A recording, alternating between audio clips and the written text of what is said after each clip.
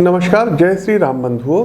18 अक्टूबर को ग्रह कुल के राजा भगवान भुवन भास्कर सूर्य नारायण दोपहर 1:18 पर अपनी नीच राशि तुला राशि में प्रवेश करने जा रहे हैं, जहां ये 17 नवंबर तक विराजमान रहेंगे।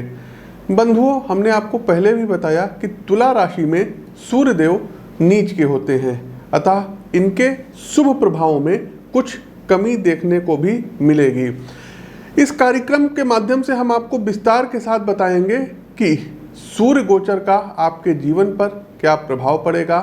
बिजनेस, नौकरी पेशा जीवन, सरकारी कामकाज, आर्थिक निवेश और सरकारी सेवा की तैयारी, हर आयाम पर इनका गहरा प्रभाव पड़ेगा। विशेषकर 8 ऐसी राशियां हैं जिन्हें गोचर कालखंड की इस अवधि में खास तौर पे सावधानी रखनी होगी।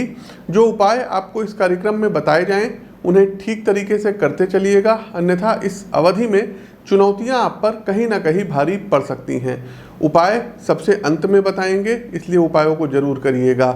3 राशियों के लिए नीच के सूर्य धन, वैभव और तरक्की का भी मार्ग प्रशस्त करेंगे।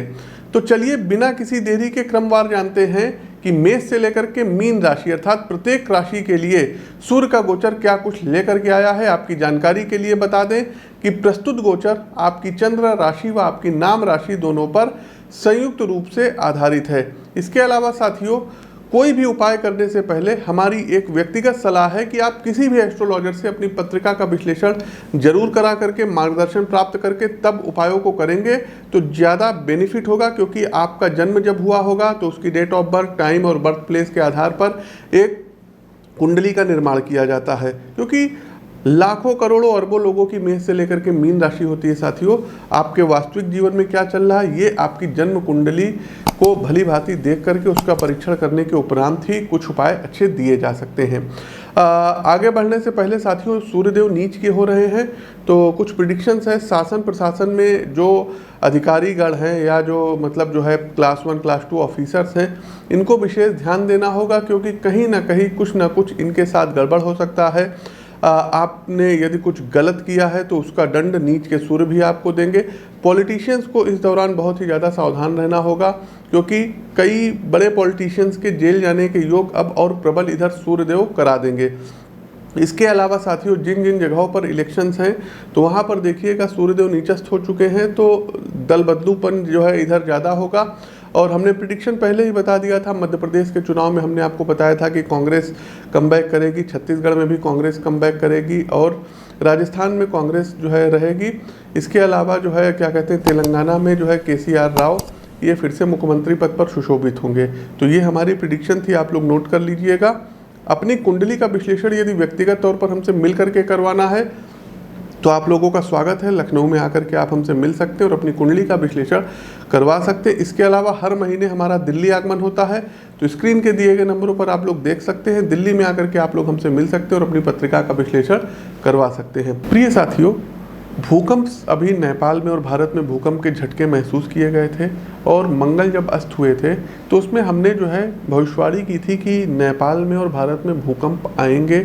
और देखिए दर्शकों, भूकंप भी आए, उस भविष्यवाणी का आप अंश देख सकते हैं। साथियों, नेपाल, भारत, अफगानिस्तान हो गया और पाकिस्तान हो गया, ईरान हो गया, यहाँ पर कुछ भूकंप इत्यादि जो है काफ़ी बड़े पैमाने पे भूकंप आ सकते हैं। तो जब तक मंगल अस्त है जनवरी तक का विशेष ध्यान रखिएगा, भूकंप से कुछ क्षति होती हुई दिखाई दे रही है।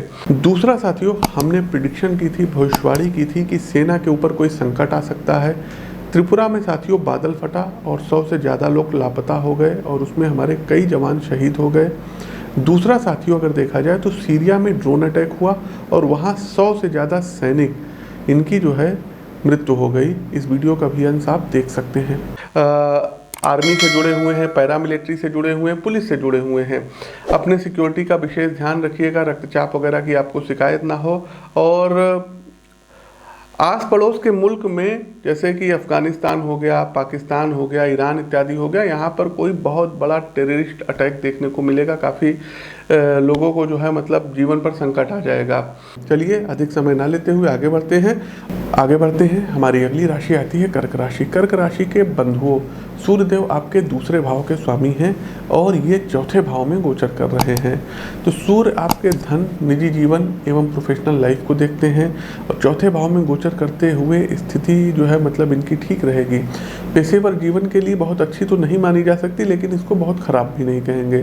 कार्यक्षेत्र में आपके तमाम एफर्ट्स लगाने के बाद आपके योगदान व प्रयासों को उतना सम्मान नहीं मिलेगा जितनी आप आशा कर रहे थे। हालांकि 2 नवंबर के बाद से स्थितियां आपके अनुकूल बनेगी। साथ ही साथ कर्क राशि के जातकों कहीं ना कहीं आपके प्रति मैनेजमेंट का रवैया थोड़ा सा खिन्न एवं उदासीन वाला रहेगा।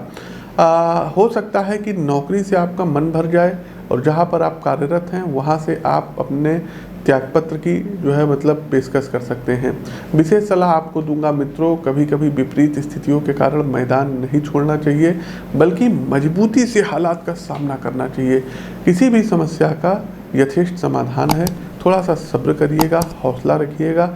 कोई ना कोई आपको जो है मिलेगा, ऐसा साथी मिलेगा, ऐसा मित्र मिलेगा, ऐसा मार्गदर्शक मिलेगा जो इन समस्याओं से आपको बाहर निकाल सके। गोचर कालखंड की इस अवधि में नौकरी छोड़ना अथवा बदलने का प्रयास करना आपको आर्थिक समस्या में डाल सकता है, इसलिए अपने बेस्ट टैलेंट के साथ काम करते रहिए। साथ में नई संभावनाओं के लिए स्वयं को तैयार भी करिए। वहीं व्यापार की दशा दिशा मजबूत रहने वाली है। आर्थिक लाभ का दायरा बढ़ेगा, लेकिन साथ में चुनौतियां भी बढ़ेंगी, जहां आपको समझदारी के साथ निर्णय लेने होंगे। हालांकि गोचर अवधि के मध्य में विकास की रफ्तार कुछ एक कारणों से प्रभावित होती दिख रही है, जिसमें ग्राहकों की मांग मुख्य कारण होगा। पारिवारिक एवं प्रेम जीवन के संदर्भ में स्थितियां ठीक रहेंगी। जीवन साथी के साथ समझ और आपसी तालमेल मजबूत होगा एवं परिवार के समस्याओं को मिलकर सुलझाने का आप लोग प्रयास करेंगे। ब्रॉड इम्पैक्ट आर्थिक नफे नुकसान पर पड़ता हुआ दिखाई दे रहा है। करियर यानी नौकरी पेशा जीवन के संदर्भ में यदि स्थितियों की विवेचना करें तो आपकी ओर से दायित्व निर्वहन में कहीं कोई कमी नहीं रहेगी, लेकिन कंपनी अथवा आपका विभाग उस स्तर पे आपको प्रोत्साहन नहीं देगा जिसकी उम्मीद आप कर रहे थे। ये स्थिति आपके जो है मानसिक उत्साह को घटाने का काम कर सकती है। यहाँ सावधानी रखिएगा। निराश होकर कोई भी ऐसा निर्णय मत लीजिए जिससे और ज़्यादा नुकसान उठाना पड़े। आपके लिए सलाह है कि बिना किसी पारितोषिक कामना के निरपेक्ष रूप से दायित्व निर्वहन करते चलिए। जल्द ही आपकी योग्यता का सूर्य जीवन में जो है सफलता का प्रकाश लेकर के आएंगे।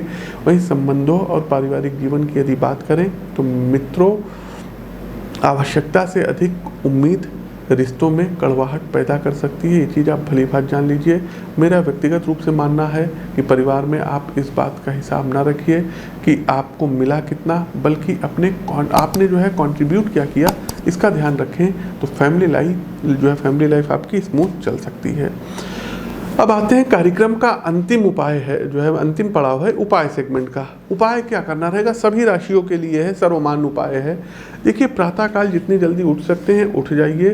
कोशिश कीजिए कि सूर्य उदय से आपको जो है पूर्व उठना है और भगवान भुवन भास्कर को एक आप जो है पीतल का या स्टील का लोटा ले लीजिए। उसमें आपको जल भरना है, थोड़ा सा गंगा जल डालना है, गुड़ मिलाना है और उसको अच्छे से घोलना है, खूब अच्छे से मिक्स कर लीजिए। इसके बाद दर्शकों, अगर कोई लाल पुष्प हो तो उस लाल पुष्प को उसमें जो है लोटे में डालिए। थोड़ा सा अक्षत वगैरह उसमें डाल दीजिएगा, लाल कुमकुम डाल दीजिएगा। और कुमकुम मतलब रोली होता है, ये ध्यान कर लीजिए।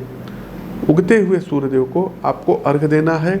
ओम ह्रीं ह्रीं ह्रीं सूर्य आदित्याय नमः या ओम ह्रीं ह्रीं ह्रीं सूर्याय नमः, ये 2 मंत्र है दर्शकों। इस मंत्र से आप अर्घ दे सकते हैं। अर्घ देने के बाद आसन बिछा करके वहीं बैठ जाइएगा और उसके बाद अगर हो सके तो 3 बार आदित्य हृदय स्तोत्र का पाठ, अन्यथा 1 बार आदित्य हृदय स्तोत्र का पाठ आपको अवश्य करना होगा। दूसरा साथियों, कोशिश ये करना है कि संडे वाले दिन, रविवार वाले दिन, एक तांबे के लोटे में कुमकुम मिक्स करके और जो आग का पेड़ होता है जिसको मदार का पेड़ बोला जाता है, इसमें आपको जल चढ़ाना होगा।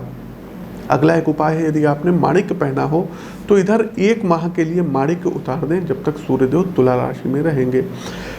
प्रत्येक दिन अथवा रविवार वाले दिन गाय को गुड़ अवश्य खिलाइएगा। साथ ही साथ साथियों, कोशिश कीजिए कि किसी भी कार्य पर निकलने से पूर्व थोड़े से गुड़ का सेवन करके आप निकलिए। सूर्य कवच का पाठ और खास करके याज्ञवल्क्य मुनिकृत सूर्य कवच का पाठ यदि आप लोग प्रतिदिन करते हैं तो कोई भी परेशानी आपके जीवन में आएगी ही नहीं। इस चीज़ को आप लिखित में हमसे ले लीजिए। साथियों, इसके अलावा प्रातःकाल सुबह जल्दी उठिए तो दोनों हथेलियों के दर्शन करिए। कराग्रे वस्ते लक्ष्मी, कर मध्य सरस्वती, कर मूले तु गोविंदा, प्रभाते कर दर्शनम करके हथेली के दर्शन करिए। श्री अर्थात लक्ष्मी की प्राप्ति होगी। लाल चंदन का तिलक मस्तक पर लगाइएगा और यदि आपके माता पिता हैं आपके साथ तो सुबह उठ करके उनका पैर आपको छूना है। यदि आप उनसे दूर रहते हैं तो उनका चित्र होगा, हाथ जोड़ करके उनको प्रणाम कर लीजिए, आशीर्वाद आपको मिल जाएगा। तो साथियों, ये तो था हमारा सूर्य का तुला राशि में गोचर। कैसा लगा कमेंट बॉक्स के माध्यम से अवगत कराइए। नए हैं तो चैनल को सब्सक्राइब करिए, बेल आइकन दबाइए। अपनी वाणी को विराम देते हुए ज्योतिष के इस मंच से मैं पंडित आशीष वत्स आप सभी प्रबुद्ध साथियों से विदा लेता हूँ। नमस्कार, राम राम।